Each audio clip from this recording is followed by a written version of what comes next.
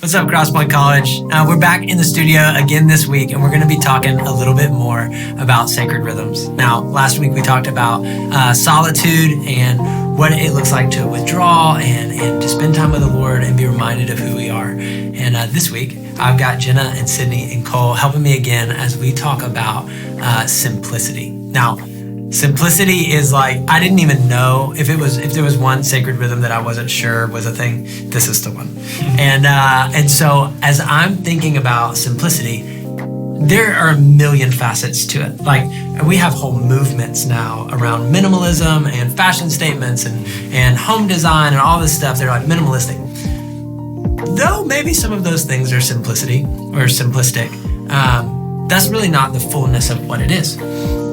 And so when I think about simplicity, or when I read about simplicity, I think of it as it being a sacred rhythm of keeping margin in your life. Now, that can be margin of time, that can be margin of space, that can be margin of just duty, being able to do things, right? And so I want to talk a little bit about what simplicity looks like. And I want to read this verse to us to kind of help frame the conversation. And this comes right out of Matthew 6. It says, "Do not lay up for yourself treasures on earth, where moths and rust can destroy, and where thieves break in and steal. But lay up for yourselves treasures in heaven, where neither moth nor rust can destroy, and where thieves do not break in and steal.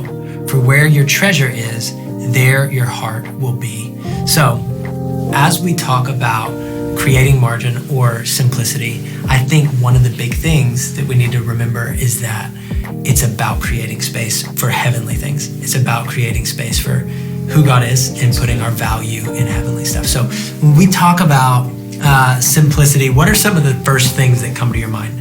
What are the things that excite you about simplicity? And then maybe what are some of the things that stand in the way of simplicity? I like what you said about like making room for them to happen, like holy moments to happen. Like not overcomplicating your schedule, but like setting apart a time, even if you're not like, I'm going to sit and do this for an hour, just like making room for the Lord to move. Yeah, that's good.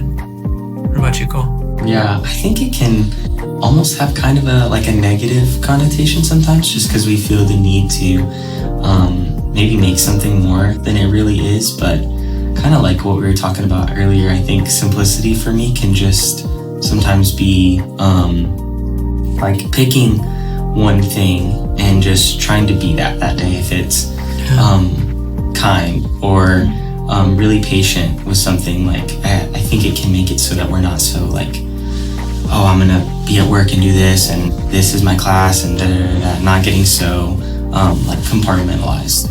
Yeah, I like that. Do you write words on your mirror? Oh yeah. Yeah. I started to pick up that vibe. I'm like, yes. You know, it like setting a vision for the day and owning it, like walking like today I'm gonna be kind. Today I'm going to be kind, and then allowing that vision to breathe throughout the day. That creates margin, right? Because it's a decision that you're making, and every yes empowers a no, and every no empowers a yes. And so when you say, this is what I'm going to do today, then all the other stuff, like being a jerk or all the other stuff, those things get put on the backside. It creates margin in your life. That's really good. I really like that.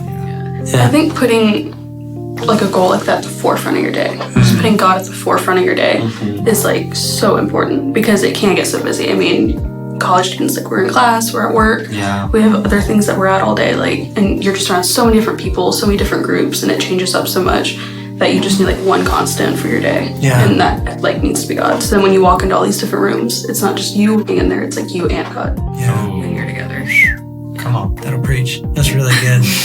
So I think it's safe to say, based on this conversation, would you agree that simplicity is two things? It is it's a mindset, but it's also like a creating of space, a creating of margin for those holy moments, right? So that as you go throughout your day, you have vision, you know exactly what you're going for, and it's simplistic, it's unifying, it's a thing, right? But then at the other time, part of that simplicity is maybe not being so busy all the time. Yeah. Part of simplicity is maybe saying no to some things. sometimes. That's hard. For me, for your boy, that's hard, right? I want to say yes to everything. Like there's all these opportunities and things coming up. Your friends want to go hang out, there's a new movie coming out, or you got work to do, or for me, picking up kids, or like, dude, I can't not pick up my kids, but like, you know what I mean? Like there's so many things buzzing that you want to just say yes to everything. And so sometimes simplicity might be saying no to things. Tell me about, Sydney, and you parked on this idea around creating space for holy moments. Tell me about saying no to stuff for simplicity. Can you speak to that?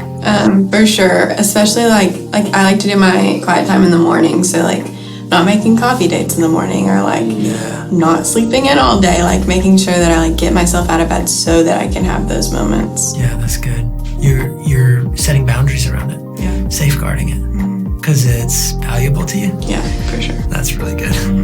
Come on, that'll preach too. That's really good. I think in the Christian life, and especially here in America, that we want so bad to make something of ourselves. Simplicity is a reminder for me that if I make something of myself, then I'm going to have to steward whatever it was that I made.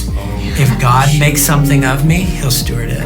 And I get to be reminded that he goes with me everywhere I go, and that my favorite places are those holy moments, and that he'll give me the vision for my day. That's a word. No, that's good. I can't take credit for that. I think Kevin Queen told me that. I don't remember who it was. I'm pretty sure it was KQ. Odds are. So, that's awesome. What else you got on simplicity? Anything buzzing? I think also in like finding those holy moments, not overcomplicating them or like coming with an agenda, like not being like, I want this to happen and I want the Lord to tell me this, but just being like, I'm going to come expectant and just let him do it. That's so good. It's him again, right? Yeah. Well, yes, that's so good, Sydney. We come in so often going, God, I want to put you in this box. And he's saying, I just want to be with you. That's good, Sydney. That's really good. Cool. All right. Well, there you go. I think you got a lot of good ideas around simplicity. As we embrace simplicity, we talk about that in our groups this week. I want to encourage you just to allow yourself to get outside of the box of what God can do, about what it looks like to spend time with God, and maybe create space for simplicity to be a greater part of your life. Say no to stuff. Every no empowers a yes, and every yes empowers a no. So think about that. Cool. All right. Enjoy your groups, and we'll see you next week.